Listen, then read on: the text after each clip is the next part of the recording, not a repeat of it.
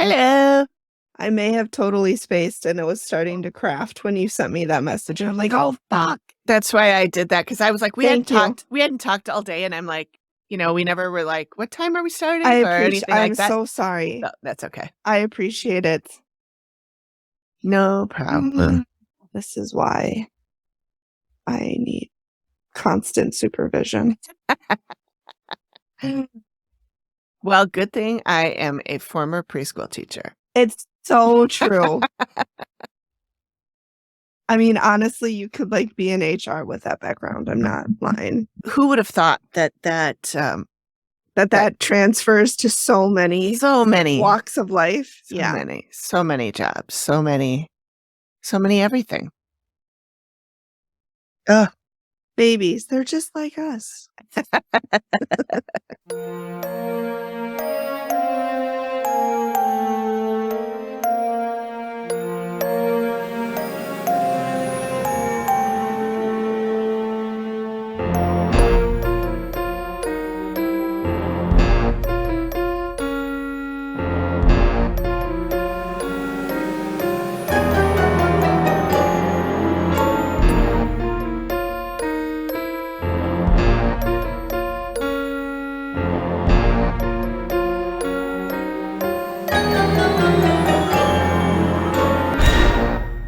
So I finally got, I don't know if you know this, but like for the last 2 months or so, I've been trying to get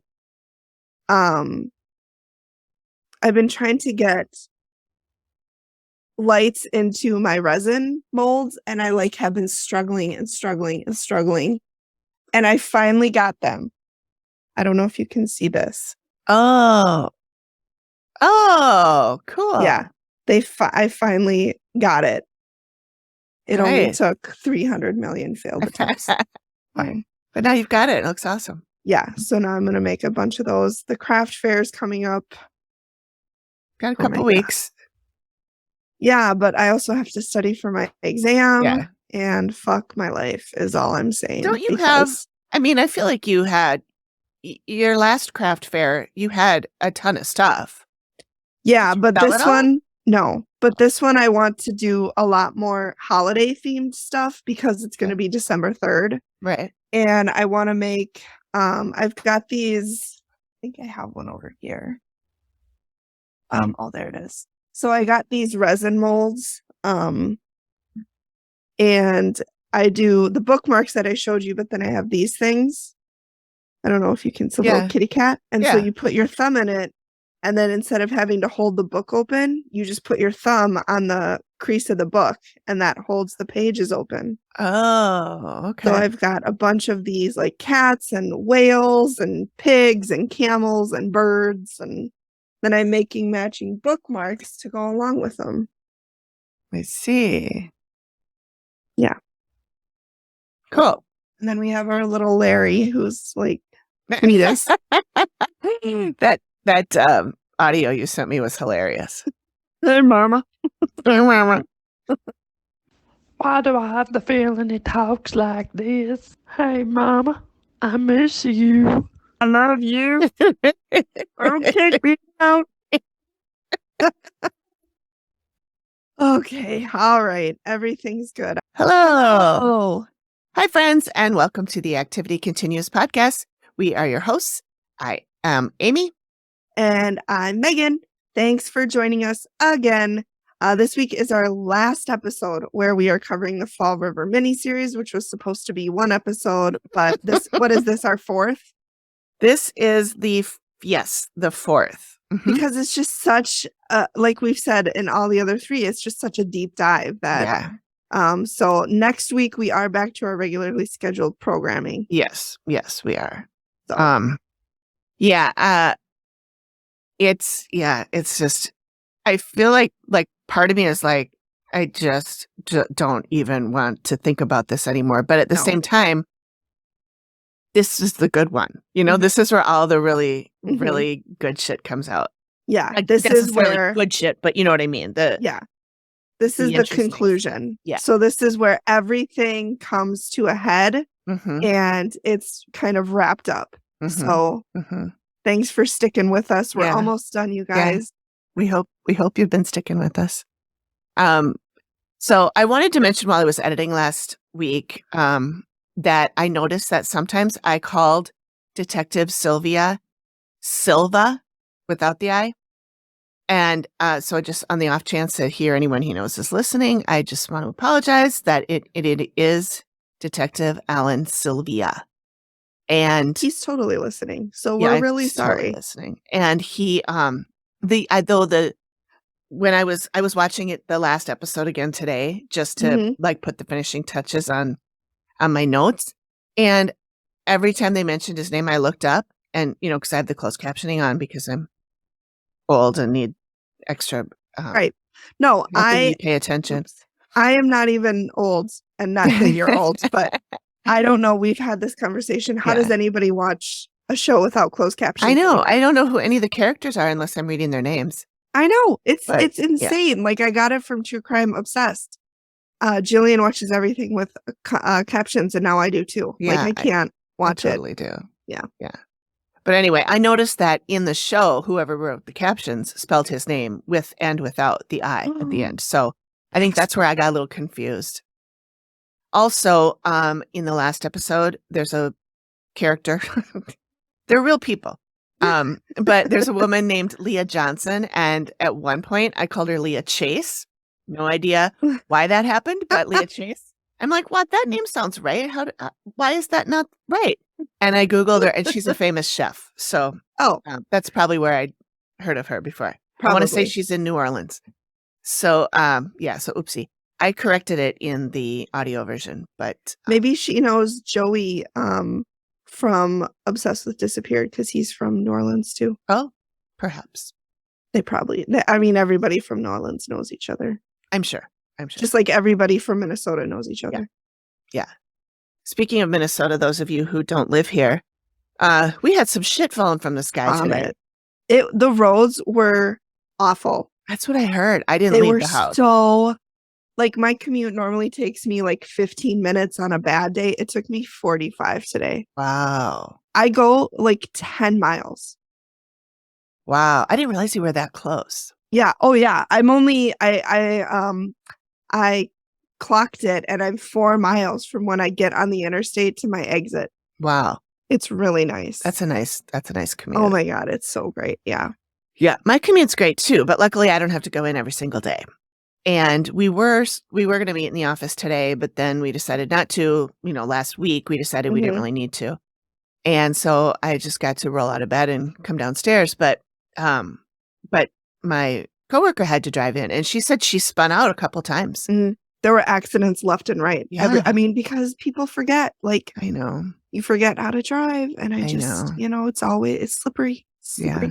I was dropping my son off at daycare today, and slid right past to their house because it was so icy. I was just like, scary. There it goes. And there we go.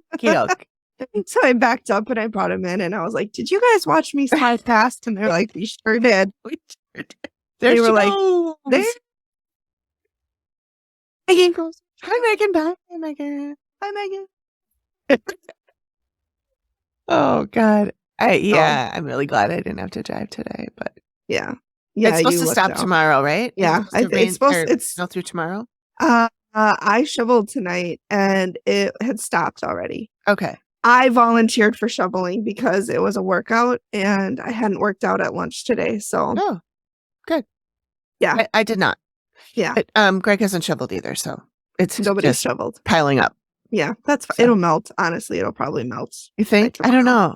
I saw something earlier that said it was going to be freezing temperatures tonight, and I'm like, shit, that means that tomorrow it's going to be even more slippery if they don't get out and clear the roads. Well, I will say the plows were really on top of it. Like this morning when I slid past my daycare, a plow went right after me, and I'm like, you couldn't have gone in front of me with your frickin' You were 30 seconds early. Person distributor thing.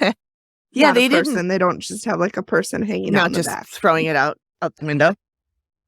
Like a flower girl, but with salt. Right.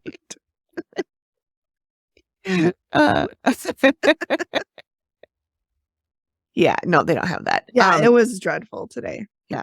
Usually, my city is pretty good at putting down some salt and shit before it happens, but they didn't do that this time. Did we even know? I was like completely surprised. I was taken by surprise, but Greg's like, they've been talking about it for days. But okay, but they talk about snow all the time, and 9 times out of 10, it never snows. So yeah, I have not been paying attention to weather forecasts and stuff. I haven't watched the news in months. I can't. It's just it's all depressing. Like I don't want to watch the news. No, thank you. You know, I used to watch the news a lot. I can't anymore. I just haven't watched it in a while. I still get news updates on my phone, so I know like in general what's going on. But yeah, I can't. I don't just sit and watch 2.5 hours of news like I used to. I get all my news the way God intended through TikTok. Gotcha. Okay. So yep, that's all I need to know. Cool. If it's not on TikTok, it didn't happen. Right. I don't make the rules. You guys just follow. So, all right. God bless TikTok. All right. So yeah, we are super eager to get back to the Dead Files. Yes, I miss watching those. I know every time I turn on the TV and I'm like, what should I watch? I'm like, I really want to watch a Dead Files episode. You know, it used to be like I had to watch them for this. And then I was like, but I want to watch this dumb rom-com or something instead. But now I want to watch them, but I don't want to watch them now until I'm ready to start taking them again because I have to take notes and all that. Yeah. So yeah. But speaking of, I did watch a really cute show. Okay. Called it was a movie. And it was called Look Both Ways on Netflix. It's a story about a young girl. She's just finishing up college and she has a one-night stand with her best friend. And in one, it's like a sliding doors, like parallel universe. So in one side of the story, she is pregnant, and on the other side of the story, she is not. And it's how her life veers on those two paths. And I love those kind of things. Yeah. And it was really cute. It was good. Really cute. It was funny. The acting was good. The main girl looks a lot like Brittany Murphy. She reminded me a lot of Brittany Murphy. Do you know which one she is? Nice. Yeah. Yeah. Okay. Sorry, I just thought that I heard him crying, but I think it's a siren. I thought you were trying to think of who Brittany Murphy. No. Okay. Yeah. She's okay. I might have to check that out. Yeah, then. you'll like it. Yeah. I think it's really cute. Yeah. It's a really cute. I watched. It's not just cutesy, you know. I mean, it's there's like kind of some irreverent merit to it. And Luke Wilson plays her dad, and the woman that plays her Luke mom. Wilson. Yeah, he was great in it. He was so sweet. He's so cute. And the woman that plays her mom, her name is Andrea Savage. And I don't know if I've told you about this before. I don't think I have on the show, but maybe separately I have. IRL. IRL. We do talk in real life sometimes. Not as often as we do here, but she has a show on Hulu. I think it's a sitcom. Well, it's sort of a sitcom that I've just happened upon and fell in love with it. Binged the whole thing in like 3 days and then I cried because it was over. But a really, really good show. So I can't remember what her show's called, but it's Andrea Savage. Anyway. Someone's probably Amy shouting at us right now the name of it. Yeah, probably. It's probably called Savage or something like that. Or Andrea. Andrea's show. The Andrea Show. Yeah. The Andrea Show. But that's what it should be called if it's not. It should be because she's excellent. She's amazing. I'll put links in the show notes. But anyway, that's my suggestion for TV today if you're going to watch something else. I've just been watching Hallmark movies and crafting. I saw the stupidest one last night. I had to turn it off. I had to turn. I'm like, this is terrible. Not good, stupid? Not good. No. And it had Tia Mowry in it. And it was just, the acting was horrible, which for a Hallmark movie, that's really saying bad. Something. Yeah. And like her love interest was like had no depth to him. Just, are you acting? Or like, it was terrible. It was terrible. Are you a cardboard cutout? Yes, basically. With cotton balls taped to your shoes. Oh Lord. Nope, we didn't have any of those, but he was really cute too, but he was just the worst actor. So I had to turn it off. I'm like, I can't, you guys, I can't, Tia.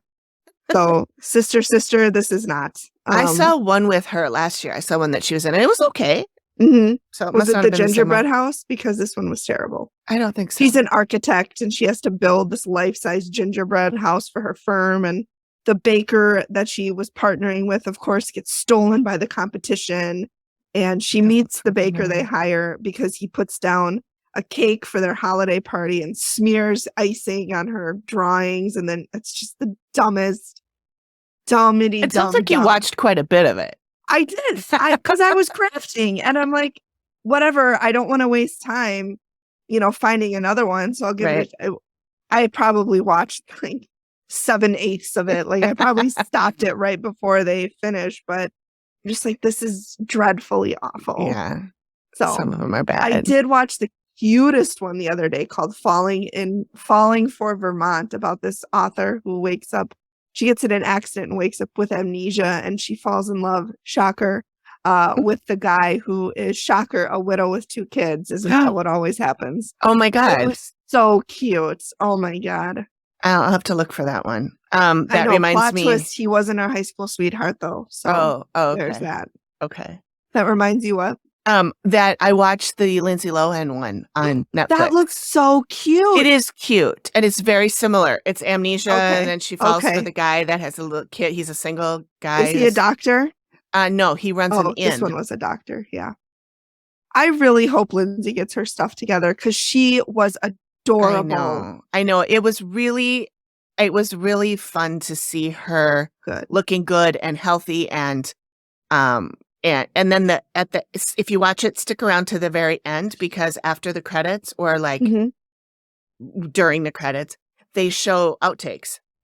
And so I love it. It's really cute because that you can see like she didn't just show up on set and act like a diva and leave. She's like joking around with the little girl and stuff, and it's really, maybe it's all acted, who knows. Yeah. But it was really cute. Yeah. Good.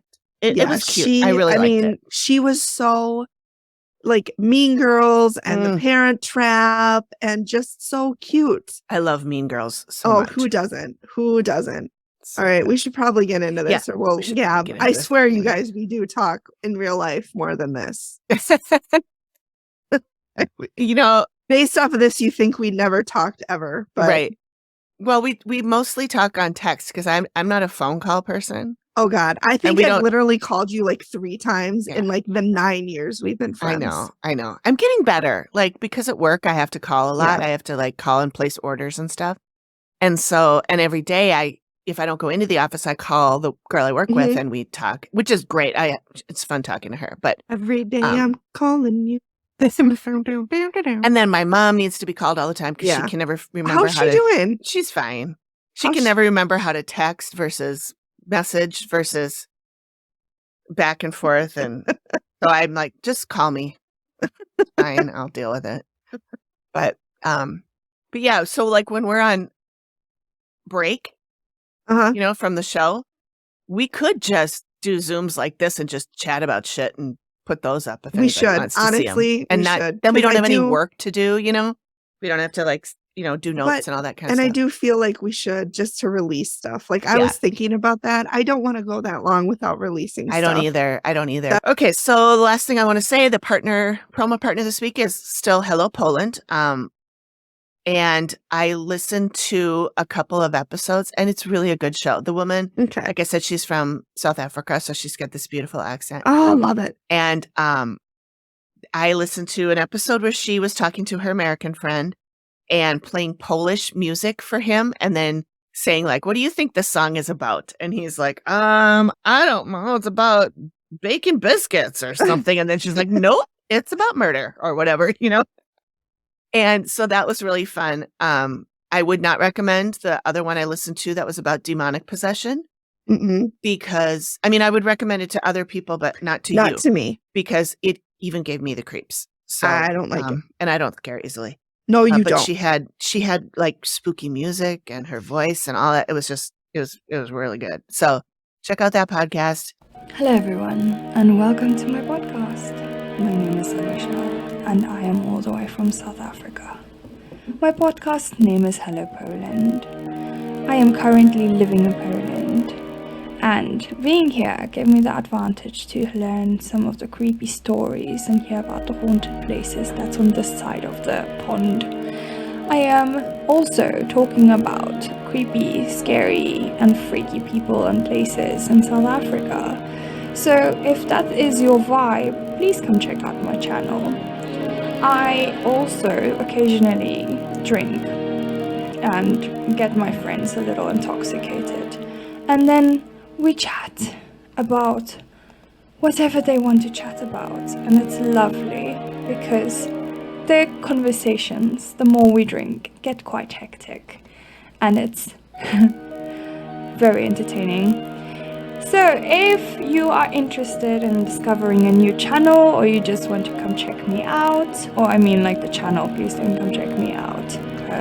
Anyway, if you want to come check out the channel, then you know where to find me. Hello, Poland. Okay. Have a nice day. Also, don't do anything stupid. Bye. Support for the activity continues is brought to you by Manscaped, who is the best in the below-the-waist grooming. Their products are precision-engineered tools for all your grooming needs.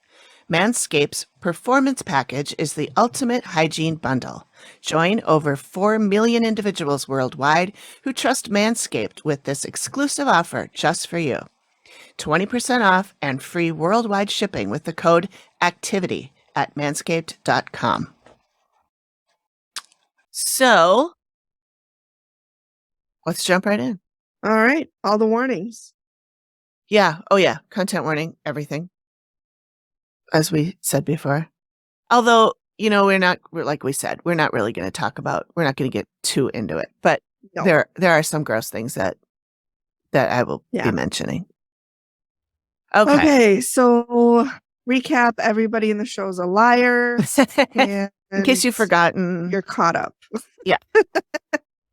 Don't believe a word anybody says. Anybody says, honestly. Nobody. Because they all, even if you're like, well, what about this person? No, they lie. Probably not. Just probably not. Trust us on this. I mean, not necessarily the talking head people. Maybe some of them do too. Certainly some of I would them. say like maybe the reporters don't. Yeah. But everybody else. Yeah. Probably does. I think the PI is on the up and up, and I think Chris, I do love him. Yeah, he's the one that about the chicken soup at 6:30. Right. And Andy, just to remind everybody, Andy, so they recap the stuff about Andy and how he's raping little girls and molesting little girls, but the police didn't care because they were just trying to catch a murder because solve a murder because murder's the only crime that matters, apparently. Yeah. So if you weren't pissed off enough already, they do recap all that stuff. Yep. In the beginning of this episode. This is episode 4 called Into Hell. Yep. So this is the last episode in the series. Yep. It's a 4-part series. I recommend watching it. I really do. Yeah. It's tough. So good. It's good, but it's real tough. It is. It's really, really, really hard because so many, I mean, like we've talked about, Robin was fucked for life. Yeah. Because everybody who was supposed to protect these girls failed. Yep. So it's tough, but it's good. It is. So one of the things in the beginning as they're kind of recapping is they show Robin at her parole hearing, and she was asked, how do we know what is the truth today? And she says, I don't think you do. I don't think you do, Robin. I don't think she does. But yeah, I don't think she does either because she's been telling stories for so long that I think she's a pathological liar, and I think she will convince herself that something is the truth. Whether it is or not is. It's possible. Yeah. There's one part I thought was funny. They show Andy's lawyer, and he says, quote, it does not stand to reason that one 17-year-old woman would be at 3 separate murders committed by separate men at separate times in separate places. What is she, Forrest Gump?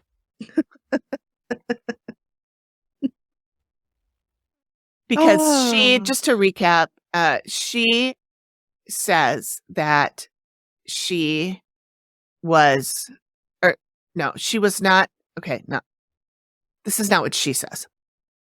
The lawyer is talking about what the police are saying happened. And that Carl Drew killed Doreen Levesque. Andy Maltese killed Barbara Raposa. And that Carl and Robin killed Karen Marsden. So that's what he's talking about. We're not saying that's what happened. We're saying that's what the police say happened. Right. Or the DA. So that piece of shit DA. Oh my God. So in 2004, Carl's lawyer, whose name is Mike Cutler, he tried for a new trial for the Karen Marsden murder, because remember, that's really the only one he was on trial for. And convicted for, despite having no evidence. Absolutely no evidence. None. So they were granted an evidentiary hearing. So Cutler explained that without forensic evidence, which, like we said, there was none, you are relying on the credibility of witnesses. So they were bringing back these two women, Carol Fletcher and Leah Johnson, not Leah Chase. And not just a refresher on who they are. They're both sex workers. They both worked for Carl. Leah Johnson was actually the girlfriend of Carl Drew for a time. And he gave her a ring. She's the one that ended up with Karen's ring. And that's part of what, in some fucked up logic, linked him to Karen, because he could have found that ring anywhere. She could have given him the ring. She could have given him the ring. He didn't have to murder her to get that ring. Or he could have taken it before, because, she was, because wasn't she the one who was not working for either one of them? No, that was Doreen. Doreen. That was Doreen. Okay. See, even I get them confused. I know. I'm telling you, the only reason I can remember any of this is that I've seen every episode 3 times. But anyway, so Carol says that it was because they all had criminal backgrounds that the DA and the police were able to threaten them with jail time if they didn't say what they were told to say. And that she, Leah, we already know Robin, all lied at this trial. And they then later recanted, said, I wasn't there. This didn't happen. I lied. And I think at the time they didn't say I was forced to lie. I think they just said I lied. And so then now they're not credible. Yeah. So they brought them all. Yeah. So they brought them all back for this trial. So there's a part where Michelle McPhee, she's one of the investigative journalists. She explains that this is a class issue. This whole trial is a class issue where poor people go to prison. They don't have lawyers. They don't have resources. They don't have people fighting for them. They don't have the schooling to really understand everything. And Carl mentioned a couple times, like, he couldn't read and write. No, he didn't know what all these documents were. He didn't know, and he never went to school. He didn't understand. He knew the street, and that's all he knew. Yeah. So when people are explaining legal terms to him and stuff, he doesn't know what they're talking about. No idea. Right. Yeah. And still he keeps thinking, I didn't do anything. So there's no way I'm going down for this, you know? So poor guy. So, she calls this Michelle McPhee, she calls Carl Drew, a, quote, poor whiskey tango dude with no family. And it was very easy to railroad him into prison. And I was like, whiskey tango? And then I remembered that whiskey tango is one of the things that it's one of those words that they use to say like W and T. In military speak. Yeah. And like radio, when they're radioing something. And you like say like phonetic. Yeah. You're like that's the word. Like B as in boy. Yeah. So whiskey tango is for WT. And I think she was saying he was white trash. Yeah. I think that's what she was saying. So in 2004, they brought all the characters back, and some of them were retired, the police, and some were not doing well. The sex workers, Leah and drug use. Yep. Leah and Carol. They were both quite fragile, and they do have some audio interviews with these ladies before they brought them back to the trial. Yeah. And you can tell they sound so tired. Yeah. They just sound like, they want to help. There's just no energy in them. There's no energy in them. Rough. Yeah. So, and don't do drugs. Right. I mean, how can you avoid it in the 70s when you're a 17-year-old sex worker? Right. But so Leah, at one point, Cutler says that Leah even at one point nodded off and fell off her chair. So the judge really didn't see her as a very credible witness, which is unfortunate. It is, but I kind of can see his point. Yeah, I know. Or their point, I should say. I shouldn't assume it's a man. That was very sexist. It's a man. I hate it when I'm right. It's a man. So there's another sit down with the filmmakers and the state trooper, who I think the last name is Fitzgerald. And he's basically asking, like, how on earth could they have killed Karen, slit her throat? And this part we didn't talk about before, but he asked this of the guy, so I'm going to say it. But they alleged that the killers slit her throat and chopped off her head. So because her head was never found, only the upper part of her jaw, part of her, a top part of her head was found. So he's like, if all of that happened, wouldn't there have been blood in the car? Because all this, this clown car full of all the bad people in because in the car you have Robin, Carl Drew, Carl Davis, Willie Smith, and Carol Fletcher driving. So 5 people. And Karen, is that counting Karen, or would that be? No, that wasn't counting Karen. So that's 6 people in this car. Yeah. So he's asking, like, the filmmaker that is asking this trooper. He's like, so did you find blood in the car? No, there was no blood in the car. Well, how could they have killed all these people? Or how could all these people have killed her and no blood? And there's no blood in the car. And he's like, well, they didn't kill her in the car. They killed her outside. And he's like, yeah, but if you are doing all of that to somebody, you're going to have blood all over you. It's going to transfer to the car. Yes. You can't slit someone's throat. Right. I would assume, without getting blood on you. Right. That would be tricky. Yeah. And the filmmaker, when the trooper goes, well, yeah, you're right. And the filmmaker goes, well, then the story that is the party line or whatever, the story that everyone's going with, couldn't have been true. And you could see, like, the wheels turning. He just sits there and blinks. Put it together. Get there faster. Connect the dots. So, so then the guy comes back and he's like, he realizes, he gets the trooper to say this could not have been the story, basically. Right. And then the filmmaker goes, could she have been killed somewhere else and dumped there where she was found? Like throwing and he him is alive. Adamant that no, that's not possible. But he has no reasoning for that. He's got there's no reason he's saying it can't be. So anyway, then they go and they show this retired cop, Paul Carey, who is Chris. Like, wasn't he Chris Hayes' mentor? Yeah, he and Chris Hayes' dad were friends. I knew there was Chris Hayes' dad in there somewhere.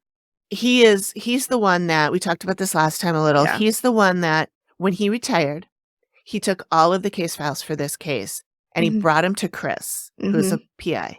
I don't know if Chris was a PI at the time or if he just became a PI because he was given all this.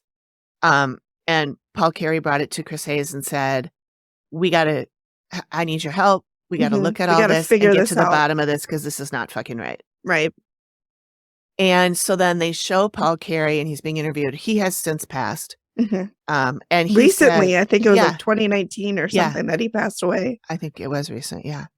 And he said, this is a quote. They know, the state cops know, they know what they did and they know what the DA wanted. They did what they had to do and they're not going to change nothing. They're not going to change their mind about nothing now. Yeah.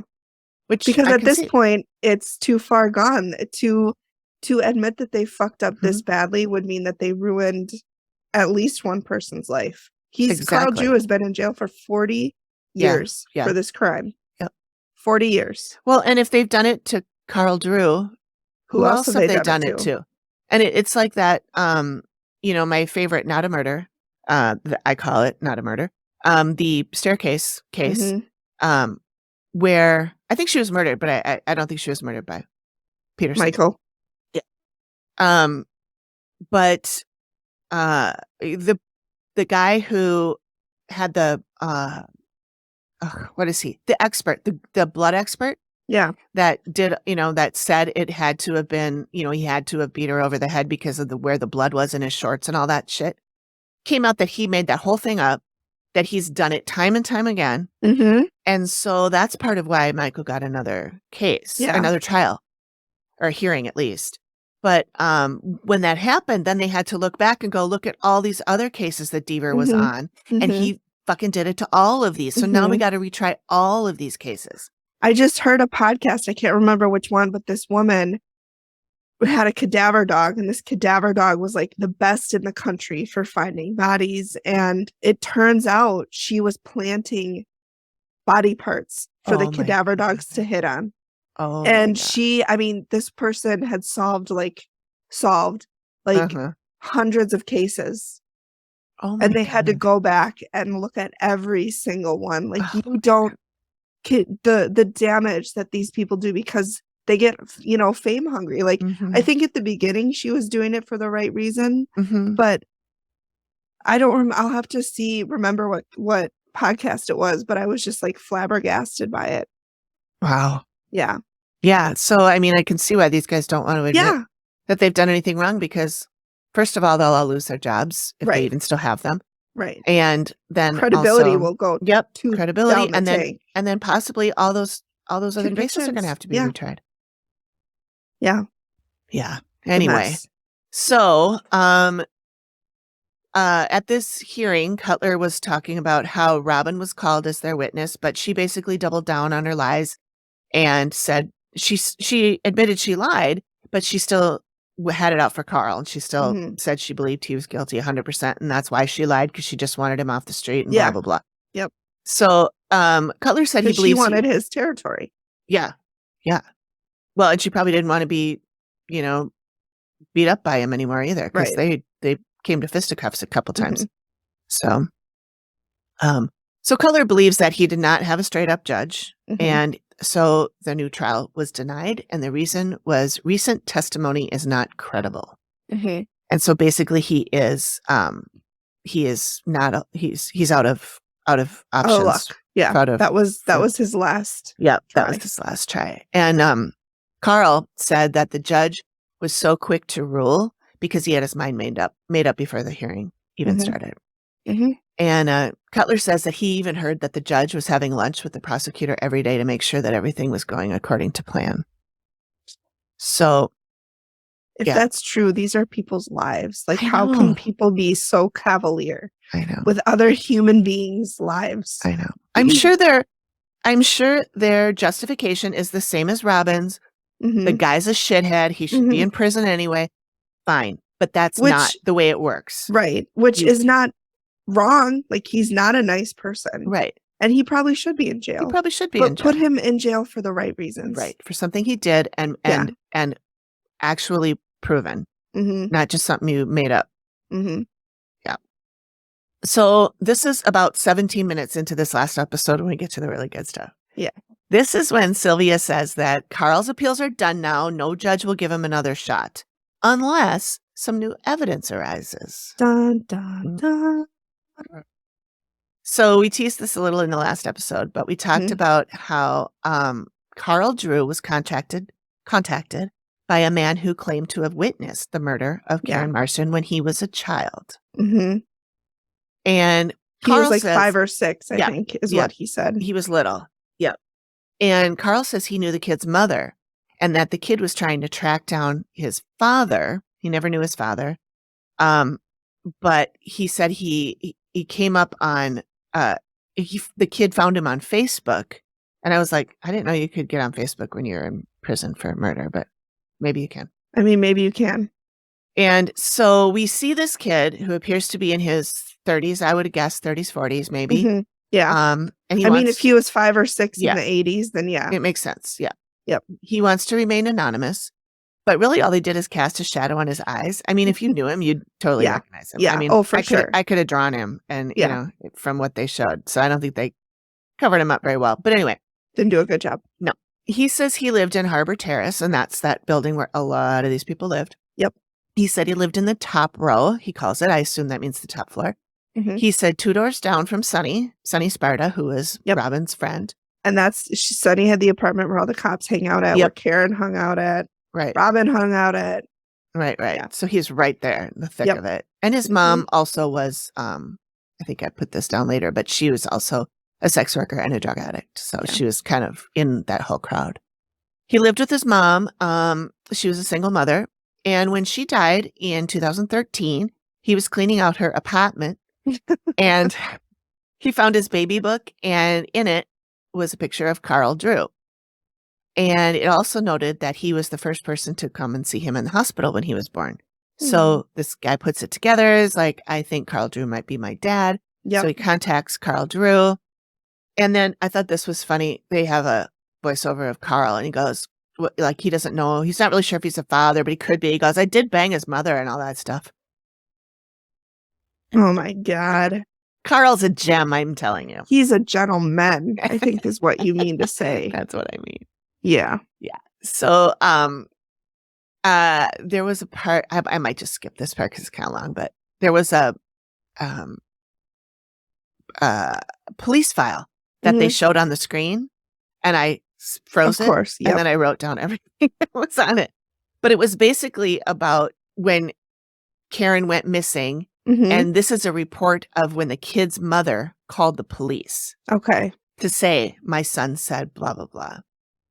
And it says that the caller indicated that she'd known Robin for about 5 years and that she is sure that the person responsible for several unreported, and then it was redacted, is Robin Murphy and Andy Maltese. And then it had her name in there, which I'm not going to say, but because that would give away the kid, but it had her name in there, which I thought was weird. Says that she has no concrete evidence, but told us all a vision she discovered that Karen Marsden was dead and that her body is either in an abandoned building or in a well location in the reservation. Her vision did not depict a specific area. She also told us that some unknown male helped Robin murder Ms. Marsden. And now that I'm looking at this again, I don't think that is the kid's mother that said all that. I think that's just a lady that lived in the apartment complex. I think so. Yeah. So anyway, it doesn't make sense that they would keep him anonymous, but then say his mother's name. Yeah, and also that it wouldn't make any sense for this person to say, "I had a vision," when what she's really reporting is that her kid, saw her kid told her. Yeah. So anyway, so this person who saw the vision, she said that Sonny Sparta was a godparent of her young son, and that the reason Robin committed the crime was so that she could shed a shadow of a doubt on Carl Drew for the murders Robin and Andy committed, including Doreen Levesque and Barbara Raposa.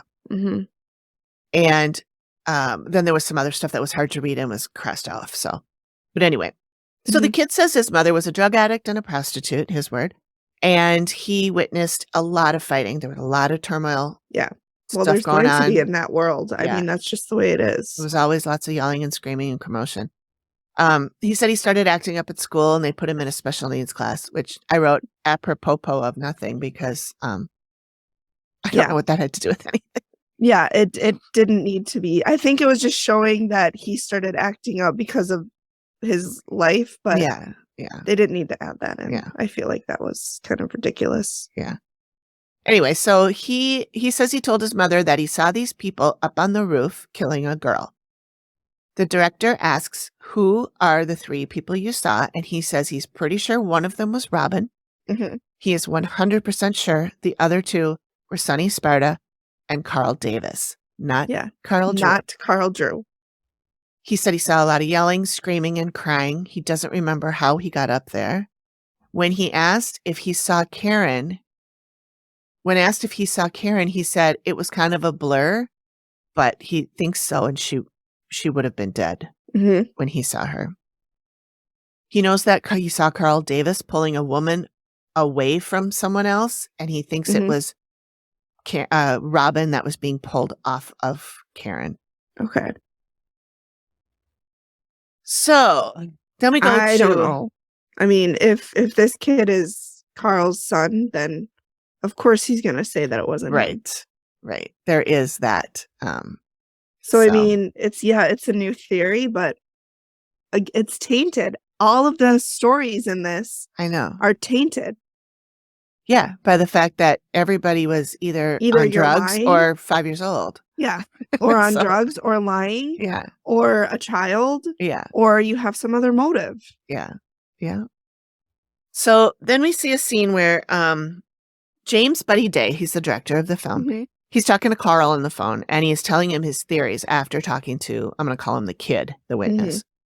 He says that he does accept that the kid has a reason to protect Carl, seeing as he could be his father, but he doesn't really think that's what's happening. He spent time with the guy, took him out to lunch, he confirmed his identity, and he doesn't think the guy's doesn't think that's what's happening, or doesn't want that to be what's happening. It could be. Yeah.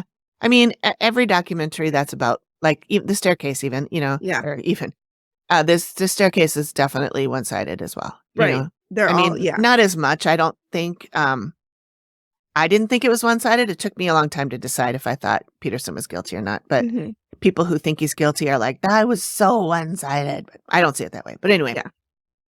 So James Buddy Day floats his theory. That is that, okay, so Doreen was murdered and then Barbara was murdered. And these two, the MOs were the same. Hands tied, heads crushed by rocks, posed sexually. And then they go back to Chris Hayes, and he says that these look like the work of a male serial killer. And then James says that Robin has said that 2 different people committed these murders, that Carl killed Doreen, because that's what Karen told her. And that Andy killed Barbara. And James thinks that Andy killed both Doreen and Barbara. And he floats this to the state trooper in another episode, who agrees that that's really strange. Like, the coincidences. Yeah. Why didn't we think of that? So he shows a map, and he's like, he shows where Doreen was killed, and he shows where Barbara was killed. 6 miles apart from each other, directly in the center of that is where Andy lives. Yep. So Carl says he never met Andy until he was in Walpole State Prison, which is one of the toughest joints in Massachusetts at the time. But I'm not really sure, and I still couldn't figure this out. My newspapers.com subscription ran out because I didn't want to pay for it if I wasn't going to use it. And then I wanted to use it today. But that's always the case. Well, I was confused. Yeah, I know. I was confused because Carl was in prison.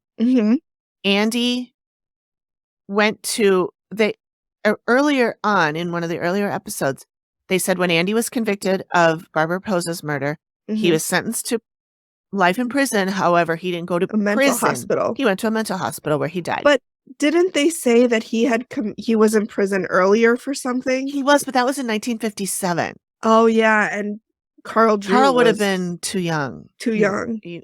Yeah. And also Carl said that he met him just before he died. And he died after he had been convicted of Barbara's murder. So anyway, Carl says that Andy was his own worst enemy because he was a blabbering idiot and he liked to agitate people. James says that the police knew that Andy had a criminal background very similar to these murders. When he was, I think we talk about this again here, but yes, we do. Okay. So Andy, now we're going to look at his funny daughter again. She says when she heard that he had a criminal past and then he was raping kids, she was going to research it. And she researched it by calling her Mammy. Because she, I noted because in her world, moms don't lie. Yeah. Even about their pedophile sons. Yep. So she said her mom, though, came through and told her that when she met her dad, Andy, he was just coming out of jail on a rape charge. And that would have been, that was 1957 that he was arrested for that. I don't know how long he served. I thought they said 5 years, but I could just be pulling that out of my ass. Yeah, that could be. I mean, it could be right, too. So, we mentioned this last time, but as a refresher, Andy was arrested in the Freetown State Forest in 1957 for picking up girls from a junior high in Fall River, taking them to the park and raping them. Yep. And I noted he raped Robin and he raped her friend. I think her Catherine. name was Catherine. Yep. Yep. So one of the former officers, a female officer, in town says that things just fell through the cracks. Things get missed. Okay, but I feel like things falling through the cracks should be like, maybe a burglary at the convenience store. Yeah. Or somebody stole a t-shirt from Walmart. Like, it shouldn't be the raping of little girls. Exactly. So James, now this is the filmmaker, explains more about his theory. The girls were all tied with what they called white twisted twine. White twisted twine. That's that 3 times fast. That's a tongue twister. White twisted twine, which is white fishing line. And I felt like twine and fishing line were very different things. And so I looked it up. The fishing line that you and I know of here in Minnesota is not the same thing. Oh. I think this is more like, they're like in nets. Yeah, it might be more like sea fisher, as opposed to lake fishing. Yeah. Yeah. So I looked it up and I put a picture in the thing. You can see it. And so I've seen this stuff before. It's white and it's kind of shiny and it's braided. Yep. But it's still really skinny. And it's really smooth when you feel it, like very silky. Yep. So apparently Andy had some of that in the trunk of his car. It was part of his bag of tricks that we talked about before that included rope, handcuffs, and vibrators. Yeah.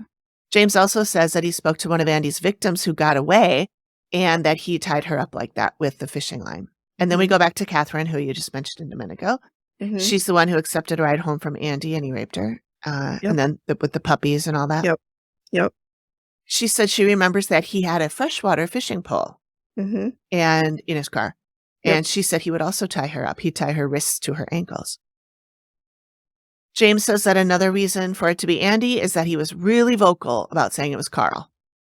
And he believes it was Plus, he kept calling the police and trying to figure out what they knew. Yep. Like serial killer 101. I know. He's like, hey, do you guys know about this guy named Carl Drew? Yeah. I think he did it. He's a real asshole. Inserting himself into the case. Yeah. Yep. I mean, okay, I get that it was 1980 and that they didn't have 40 years worth of these kinds of things happening over and over again. Now we're looking back at it this many years later and we're like, yeah, that happens all the time. Maybe in Fall River it didn't happen all the time. That's true. But still. That's true. Okay, so back to the state trooper. He tells about a time Andy was brought in because he said he had info on Doreen's murder. So they brought him there to the state police. They had to sneak him in the back room or something, or back door. And then when he got there, he said he didn't have any info. He just wanted to liked to be a center of attention. Yeah. Classic narcissist. Right. There's a lot of that going on in this town. So the filmmaker asked the trooper if Andy was a suspect at the time, and he said yes. But then Andy brought in Robin and Karen, who both said that Carl Drew did it. Yeah. So I'm seeing that, at least that it started, that it was Andy that made Robin and Karen start to say what they were saying. Carl. Yep. And then the DA and the rest of those guys just were like, hey, that sounds good. Let's go there. Yeah.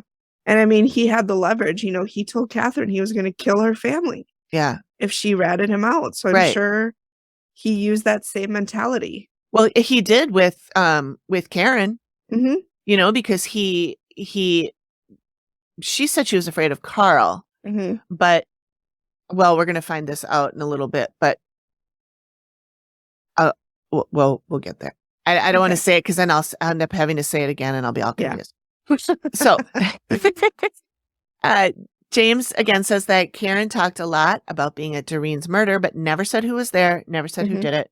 And Carol also reiterated that. Karen's grandmother told police that Andy, not Carl, had threatened Karen before she was killed and told the grandmother that he thought he might be arrested for Barbara's murder. And if that happened, Karen's safety was in jeopardy. Yeah. So, yeah. Yeah.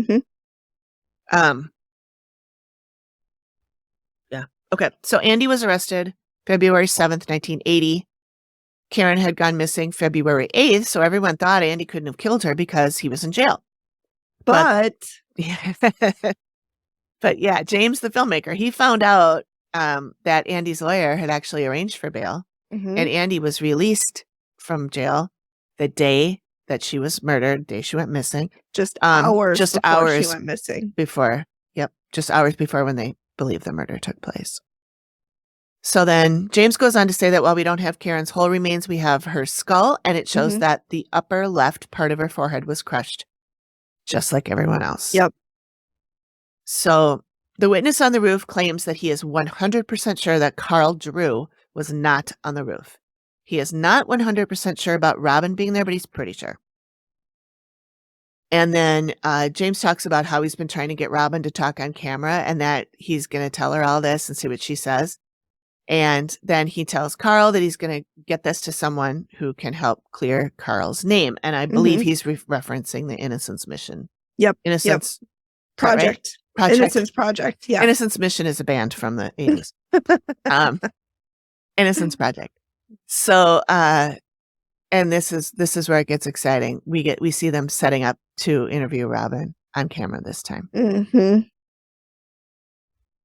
So, James asks about Andy and how they met, and she said he gave her a ride during a snowstorm, but she doesn't want to talk about any more of that. She asked him if we could just move on.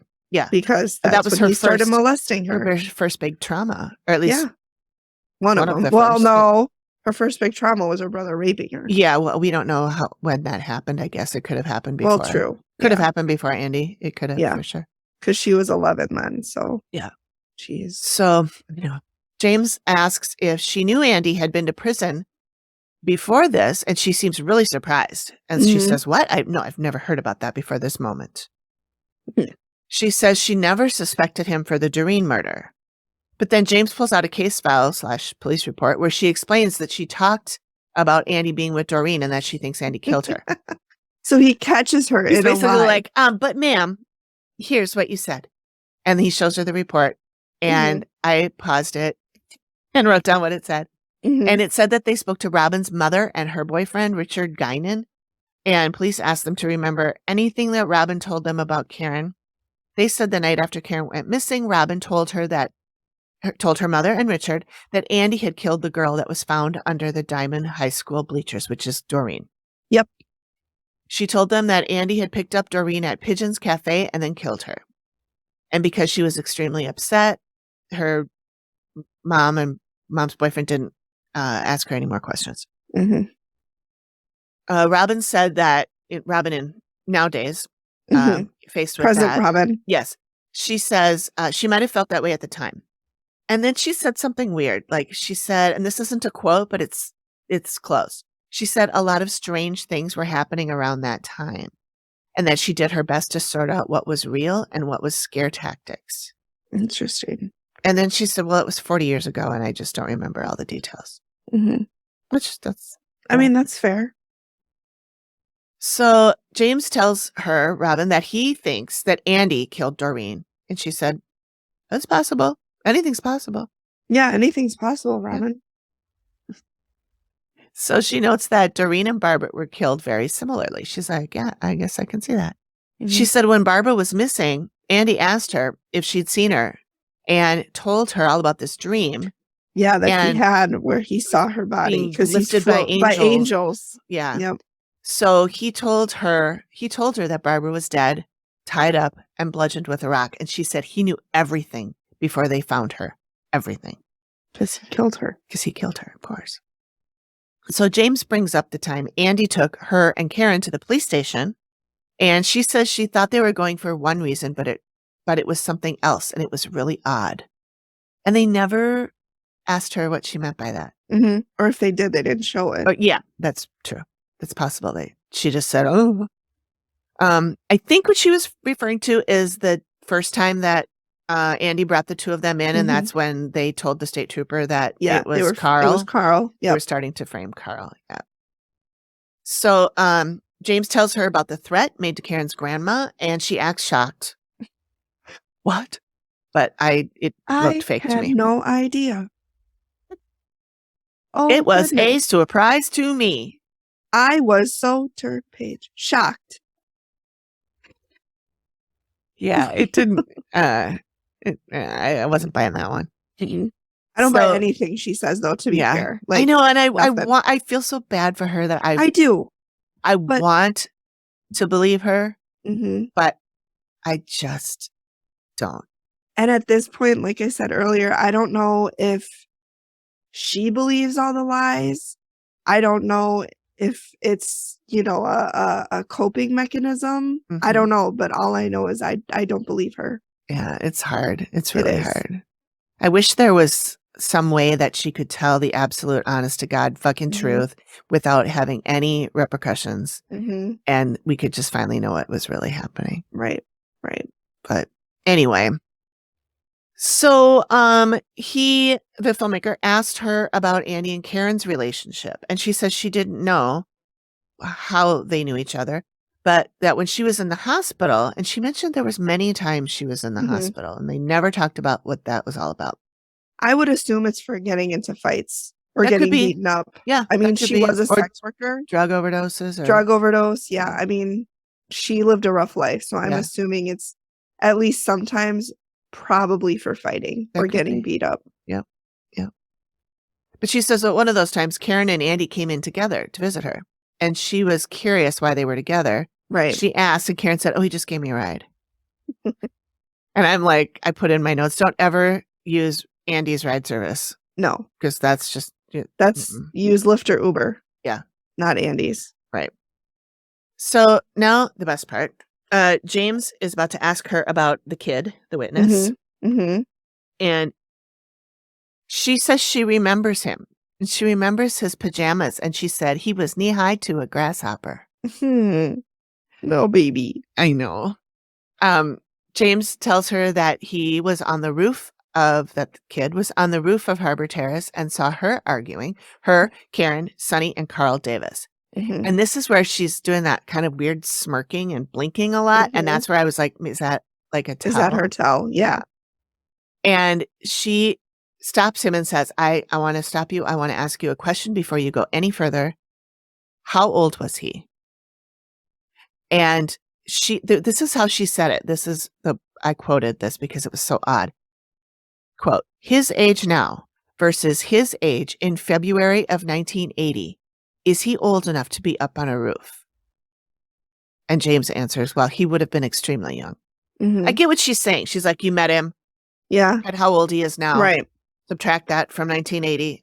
But it was just a weird way to say. But the thing is, even if he's not old enough to be up on a roof, his mom was a sex worker and a drug addict. She was not like she was watching him every second. It's not like she was sitting there going, okay, kid, did you eat your veggies? Yeah. Okay, time to go to bed. Right. No, so just because he probably wandered off a lot. Yeah. Just because he wasn't old enough to not be on the roof doesn't mean he wasn't up there. Right. Kids go places they're not supposed to go all the time. Constantly. They four and below, I swear to God, they just have a death wish. Like anything to kill them, they want to do. Uh-huh. So that was a dumb question on her part in my mind. Yeah. But so when he says that the kid was extremely young, she just kind of does that weird smirk again. And then she goes, it didn't happen. Didn't happen. And I put in my notes, and now he's dead. But I was just kidding. He's not dead. But yeah. No. I mean, I don't think he is. Yeah. I just meant right. Like she killed him. Karen put a hit on him. Yeah. Ugh. My ears hurt. Okay.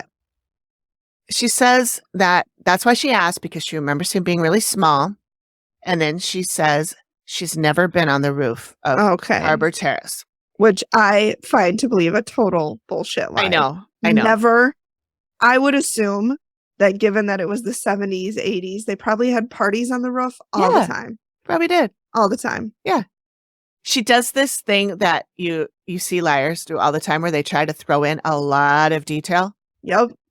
And so she's like, I was here at one time, and then I got some weed from a lady over on the second floor one time, and then Carol lived over there. And I'm like, it's too many details. Mm-hmm. We already know you're lying.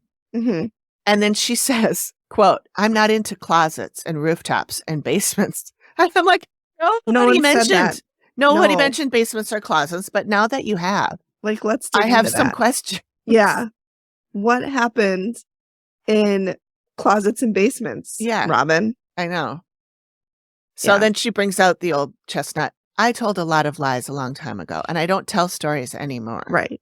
Sure you don't. Swear she's telling the truth. Wink. So James then also tells her about how Andy was free the night of Karen's murder. You know how he'd gotten out of prison? Yep. And she says she didn't know that either. She said, you're actually blowing my mind with all of this information. Wow. It's possible she didn't know that. I mean, even the cops didn't know that. Some of them. Yeah. So then James throws her a bone by saying that Andy traumatized her. He thinks, is it possible that Andy traumatized her into thinking that she was complicit in what she was doing? And she says, yes, that's possible. And then I'm like, but wait a minute ago, she said she didn't think he was guilty of the murder. Right. So which is it? Like, within the span of one interview, you're contradicting yourself left and right. Maybe he convinced her. Maybe he changed her mind. I don't know. But this part is really gross. But she says before he passed away, Andy, he sent her a letter saying that he only tried to make a woman out of her. Gross. She was 11 years old. She was a child. Yep. She was a child. Yep. He was what, in his 30s, 40s? Sick. At 11, he would have been in his 30s. I hope because he's in hell. At the time of Barbara's murder, he was 42. So I hope he's in hell. Yep. Burning. Hope his penis is burning. On fire 24/7. Oh, she was a baby. I know. She was a little girl. Hideous. And he had a daughter. I know. Not that should, not that not having a daughter justifies it, but like. No, but you would think like, I wouldn't want anything happening to my daughter. Like the way his daughter tells it, they were best friends. Yeah. So what if someone said to him, and how would you feel if somebody was doing that to your daughter? What if he was doing it to her? He could have been too. Yep. He could have been too. And, she's just in this denial world that either she's completely blocked it out because she's trying to protect herself. Yeah. Or she thinks that was just, they were best friends because of that. I mean, he was sick. Mm-hmm. Yeah. Yuck. Robin also says that he had a rifle in the trunk of his car. And he took it out and shot at her feet once. And she told police, but it didn't matter. She said it didn't matter. None of it mattered. So she had tried. She had tried to get help. And we talked about that before. It just, nobody would listen to her. Yep. No. Digby has something to say. That's Digby. So then she wonders, why didn't he ever kill me? Yeah. And I wrote in my notes, because he needed to pin shit on you. Mm-hmm. But also, he would have in a heartbeat. Yeah. If she hadn't gone along with the plan. Yeah. Yep. She would have been next. She served a purpose. Sure. Yeah. She served a purpose. The only reason that Karen was killed is because Karen knew about the Doreen thing. Yeah. And Robin knew how to keep her damn mouth shut. Yeah. And so that's why she's alive. Mm-hmm.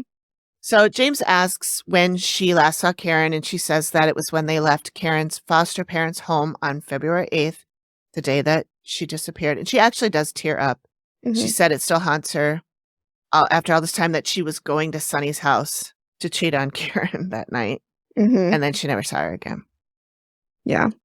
Which, grain of salt. Yep. So we end with Michelle McPhee, who I think is hilarious. She's the one she's the whackadoodle one. Yep. She's not a wackadoodle, but she said Carl was a wackadoodle. Yeah. And a Whisky Tango. A Whisky Tango Whackadoodle. That would have been a good name for the episode. That would have been a good name for the episode. Whisky Tango Whackadoodle. But she says this is a case of who can you believe? Which we've said honestly, that from day one. No, I don't really know if there's anybody you can fully believe. I know. Maybe Catherine, but she doesn't have any of the information on the murders. I don't think Catherine's lying about anything. No. But I think that she doesn't have information about the when it comes to the crimes. Yeah. I don't think there's anybody you can believe 100%. They're all just it's all just too skewed. Yeah. And so this woman says that the DA was in the interest of closure, and he didn't necessarily have the interest of justice at heart. So then in January 2020, Carl is in talks with the Innocence Project, but then COVID hit. Yep.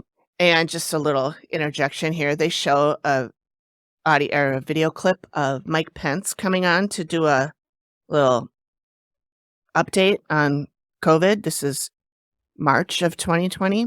Yep. Of course, when it all hit. Right as we started to shut down. Yep. And he says we have 43 cases of coronavirus and 6 Americans have lost their lives. And then this other guy comes on and says the risk to Americans is low. And it made me so angry. And I looked it up. As of today, 1.06 million people have died. It was 6 at the time. 2 years. It's almost crazy. 2 years ago. Yeah. So this slowed down Carl's progress with the Innocence Mission. I wrote Mission again. With the Innocence Project. A good band, I'm telling you. Apparently. And the production of the film also was slowed down. They played part of a conversation between James and Carl. And I was like, oh no, is Carl... I didn't know if Carl was even still alive now. Right. You know? So I'm like, oh no, is he going to get COVID and die? They show footage of the he who shall not be named. I call him the Orange Menace. Cheeto Face. Talking about how the virus is going to just magically disappear. It's going to be like a miracle. It's just going to disappear. And I really wanted to punch something. I can't listen to him Makes me without. so angry. I can't listen to him. Just hearing his voice. I know. Makes my blood pressure go up. I know. Me too. Carl does get COVID, but he doesn't get sick. He doesn't. He has a few symptoms, but not bad. Like he lost his taste and smell. So then after he gets better and things open up a little, the wheels start turning again. We go back to Michelle McPhee. She says that while Carl probably should be in prison for all the things he did as a pimp, he should not be there for Karen's murder when there is no evidence and it's all based on the word of a liar. Yep. And admittedly a liar. Yes. And he had inadequate counsel. Yeah. And then Detective Sylvia says he believes justice was served. Well, of course he does, because otherwise it's his fucking fault. Right. Being the one that was in charge of that whole case. Yeah, he was like the runner for it. Like he was the, So. I think he was the lead detective. He was. Yeah. Yeah. So now we're in October 2020. The Committee for Public Counsel Service, the Innocence Project. She wrote Mission again. Yep, I did. So we're talking to Ira Grant, and he says this whole trial was a mess. And then when he looked closer, dug deeper, it was even messier than he thought. He says there's the evidence that Carl and the filmmakers have uncovered is significant and should be looked at harder. Yeah. And or lack of evidence for Carl because there was none. Right. There was none. Right. Well, I think the evidence he's talking about is the witness. Yeah, I know. I'm just reiterating that there was no evidence. There was for really Carl. none. Yeah.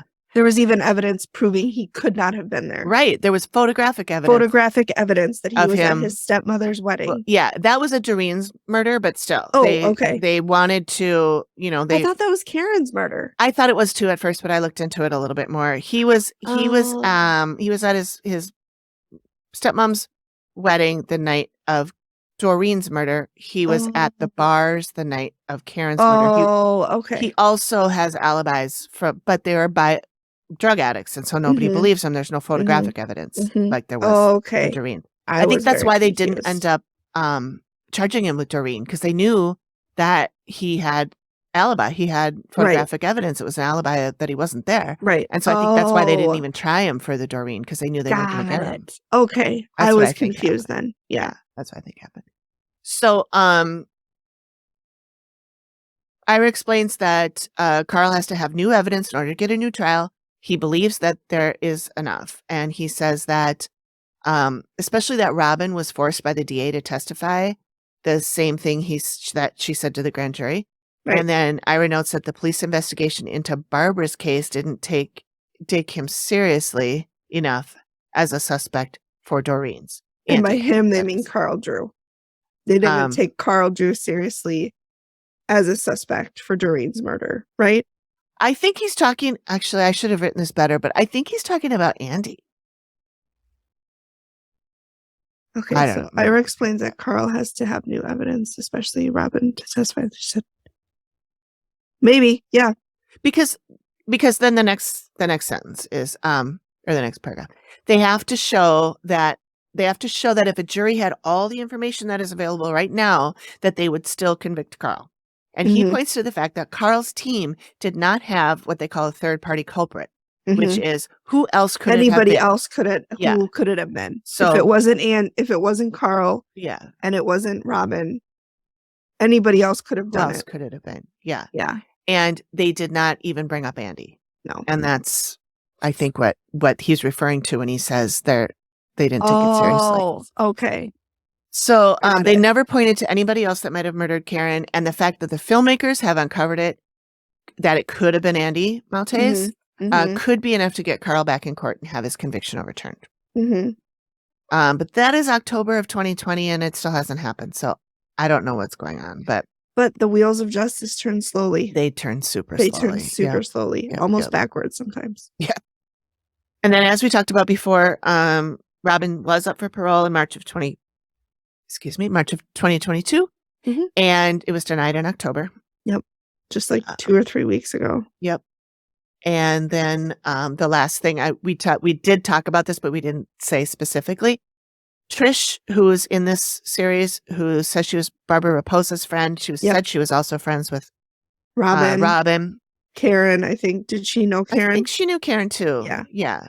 She kind of knew everybody in the circle. She kind of did. I don't think she was a sex worker, but I think she was friends with all these girls. I think she was friends with them. Yeah. I think she might have been friends with them when they were younger. Maybe.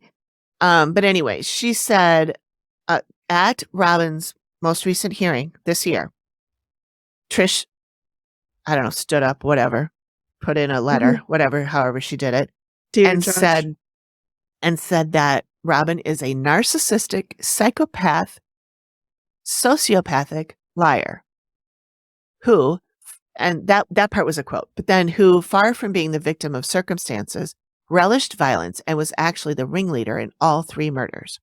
She loved it, DeSoto said.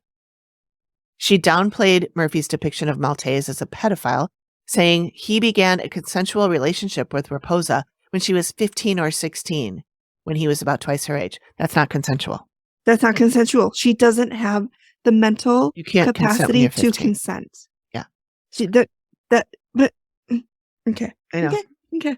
And then she says that Andy never hit Barbara Raposa, or coerced her.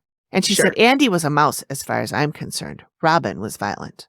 Andy was a rat. I believe Robin was violent, but I don't think Andy was. But that's never been a question. No. Robin was violent. We know that. Yeah.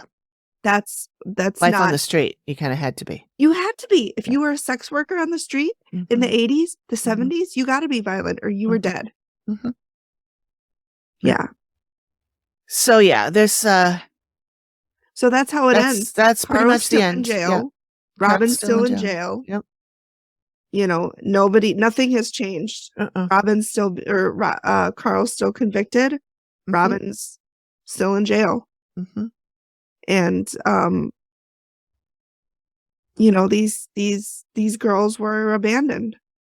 These kids were abandoned, and they were, you know, wolves preyed on them. Yeah. It's just one of the, like we talked about before, you know, when the, you know, in the 50s, people stayed married. Right. Dads worked, moms stayed home, took care of the kids for the most part. Right.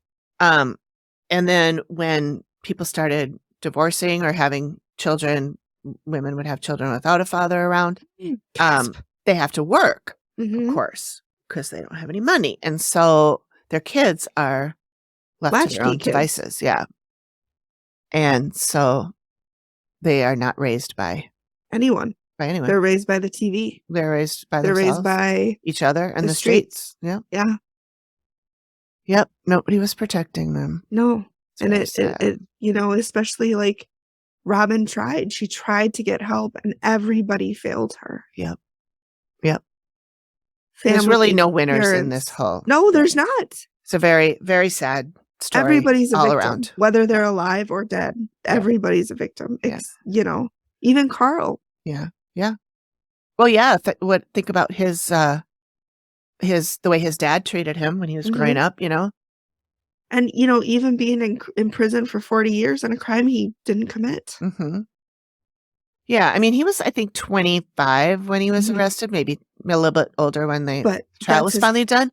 But Yeah, that's his like whole life. your whole adult life, pretty much. That's his whole life. So if he got out now, he wouldn't even know what to do. What would he do? It reminds me of Shawshank Redemption, where that guy Red gets out of jail and kills himself because he is so lost. Well, look at spent his whole life in jail. Yeah. Carl spent what skills does he have? He doesn't have a pension. He doesn't have a 401k. He doesn't have a job. He doesn't even have a high school diploma. Well, he might. He's supposed to. Well, they might his GED. But he could have, or a he degree. Could be studying. That's true. You're right. Robin could be too. But still, that's your whole life. And Robin was only 17, so he's quite upset about this as well. He is. Even if he gets out now, what's the point? Because obviously he'd love to be out, I'm sure. But being out is better than being incarcerated. Yeah. It's like those people that are, I used to work with a woman whose son was in the military, and he had been in the military since like high school. Mm-hmm. And she wanted him to get out because it was when the 9/11 stuff was going on and that war was starting up. Mm-hmm. And she wanted him to get out, and he didn't want to get out because he was like, I don't know what I would do. Mm-hmm. I get up in the morning, my clothes are here, my shoes are here. They tell me when to eat, they tell me what to wear, they tell me what to do. If I'm sitting home by myself, almost. I don't have He's like, I wouldn't have a clue what to do. Mm-hmm. Which is really sad to me. Really sad. Yeah. All right. So, do you want to tell us what we're doing next week? Yep. So I am doing, I believe it's called A Banshee Cry. Ooh. Which is season 2, episode 3. I did a random number generator. Excellent. So it aired in 2012. Okay. So I remember one with a banshee, but I don't know if we've done this one. I think so. I'm just saying I think I remember watching it. Yeah. I won't watch it this time. Okay. Digby's not going to watch it either. Digby won't. Good, because if anybody's a blabbermouth, it's Digby. Like, Digby, can I get a word in? And he's like, he probably wants to go outside and run in the snow. He probably does. Gross. All right, so all we got left is an Alanism. Yes, Alanism. Lay it on me. And this, I'm not really sure what this means, but and I don't know what the circumstances were or why he said this, but I have no context. Nope. But this is the quote. Here comes that cast off in another direction shift of blame. Okay. I thought that was fitting. Yeah. It is perfect for this episode. Yeah. Here comes that cast off in another direction shift of blame. Yep. Very, very fitting. Digby. Oh, boy. Calm down. Calm down, buddy. All right. Well, I suppose we should wrap. You probably. All right. Well, thanks, everybody. We'll talk to you soon. Yep. Bye.